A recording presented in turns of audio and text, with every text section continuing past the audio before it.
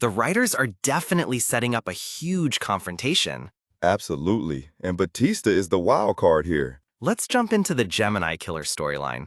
Dexter handled that exactly as we predicted. Prater is a collector of killers, and he just lost 2. He doesn't seem too bothered, does he? And what about that final scene? Batista is playing a very dangerous game. He believes Dexter is killing innocent victims. He's on the wrong track, but it's leading him to the right place. Prater's obsession is the core of this season. It all stems from his parents' death, which was revealed. Speaking of threats, Charlie is always lurking. She's hired to protect Prater at all costs. The tracker is the key. Batista can now follow Dexter anywhere, and Dexter is headed right back to Prater's mansion. We're breaking down Dexter Resurrection Episode 7. This episode was packed with twists. Imagine Batista showing up during that final dinner. The chaos would be incredible. Do you think Prater already knows who Dexter really is? It's possible. He's playing a long game. So the theory about Mia potentially being alive is over. Yes, they put that to bed for good this week. Prater even revealed he was responsible for Mia's death. He's more hands-on than I thought. Let's talk about Dexter's son, Harrison. He's struggling with his own dark tendencies. He thinks Dexter is some kind of vigilante hero. He's missing the most important part of the code. The show is called course correction. And that's exactly what Dexter did with the Gemini situation. Al's show and tell was disturbing. So deranged. You can see why Dexter was disgusted. He was so fixated on the screen, enjoying it. That's what pushed Dexter to get rid of him. Prater's backstory is fascinating. He befriended the man who killed his parents. That connection is what started his whole collection. It's an obsession born from trauma. The ending leaves us wondering if Batista will survive this. If he gets too close, someone will take him out. And what was that about the New York Ripper? A new plot thread or just world building? Now, what about Dexter's relationship with Harrison? He's trying to be a father, but his past complicates everything. He took him to look at a college,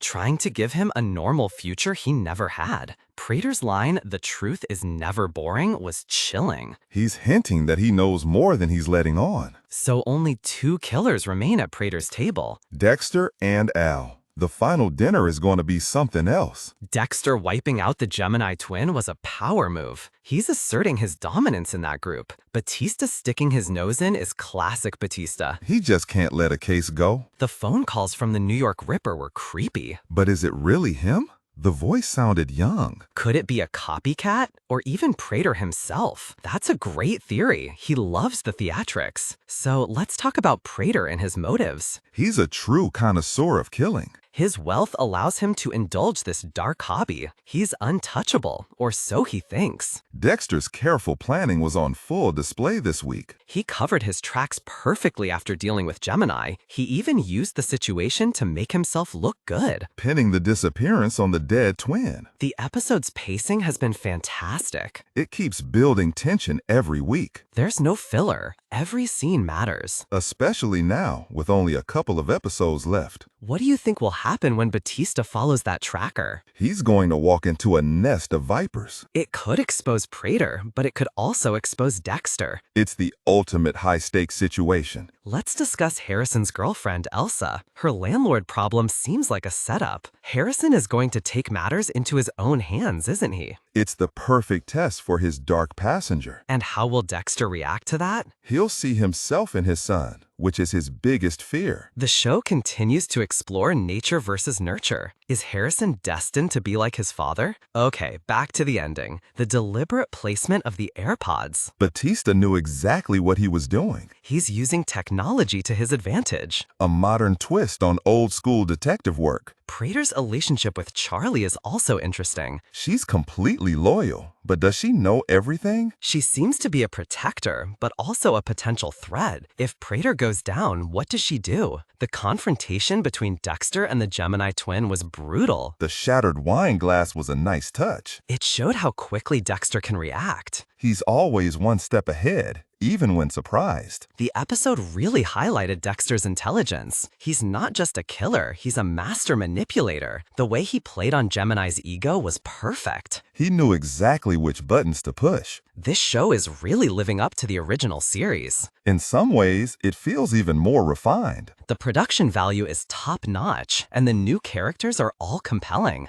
I can't wait to see Al's reaction to Gemini being gone. He's the next on Dexter's list, surely. He's so unassuming, but clearly just as sick. The friendly facade is always the most dangerous. What about the police detective, Wallace? Dexter planted seeds of doubt about Batista in her mind. That could come back to help him later. She might not trust Batista when he comes to her with his theories. Every move Dexter makes has multiple purposes. It's a chess game, and he's the grandmaster. Prater thinks he's in control, but Dexter is different. He's not like the other killers Prater has collected. Dexter has a code, a purpose. The others are just indulging their compulsions. That difference is what makes him so dangerous to Prater. Prater can't predict or control him, and Dexter sees Prater as a new kind of monster. One that enables and profits from evil. He absolutely fits Dexter's code. It's only a matter of time before he's on the table. Let's circle back to Batista for a moment. He's been a highlight of the season. He provides that link to Dexter's past. He's the ghost that Dexter can't seem to shake. But will his investigation be his downfall? It's very likely. He's out of his league here. The show does a great job of making you root for Dexter. Even when you know he's a monster. But seeing him against killers like Al and Prater, you can't help but want him to win. The title card for this series is also very cool. The Dexter Resurrection logo is perfect. It sets the tone for a darker, more mature story. And the show has definitely delivered on that promise. The dynamic between Dexter and Prater is electric. Two master predators sizing each other up.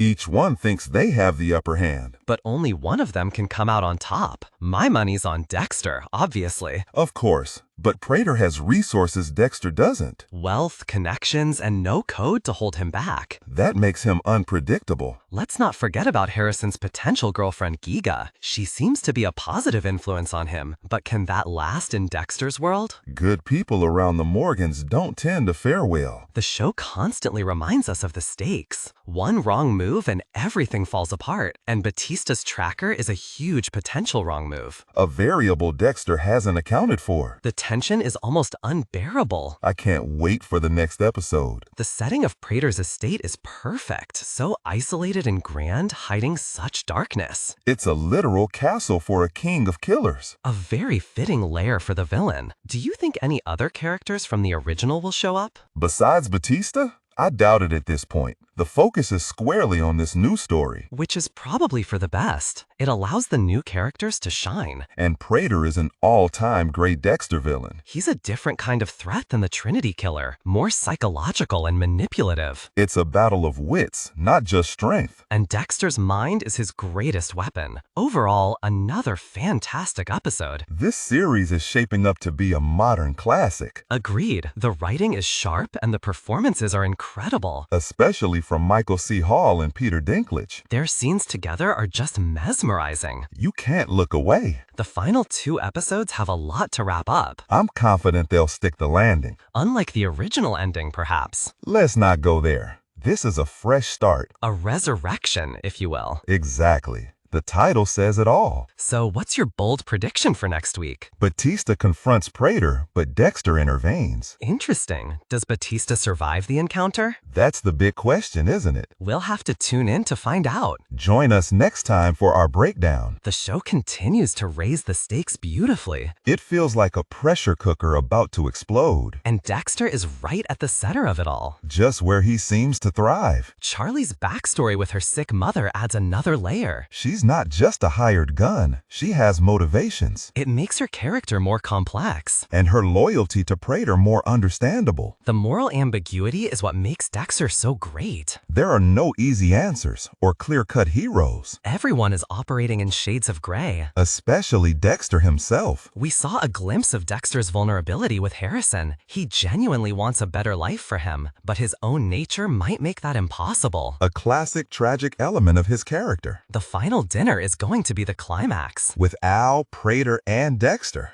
What could go wrong? Plus an uninvited guest with a tracker. The perfect recipe for disaster. That concludes our breakdown of this incredible episode. What a ride. See you next time.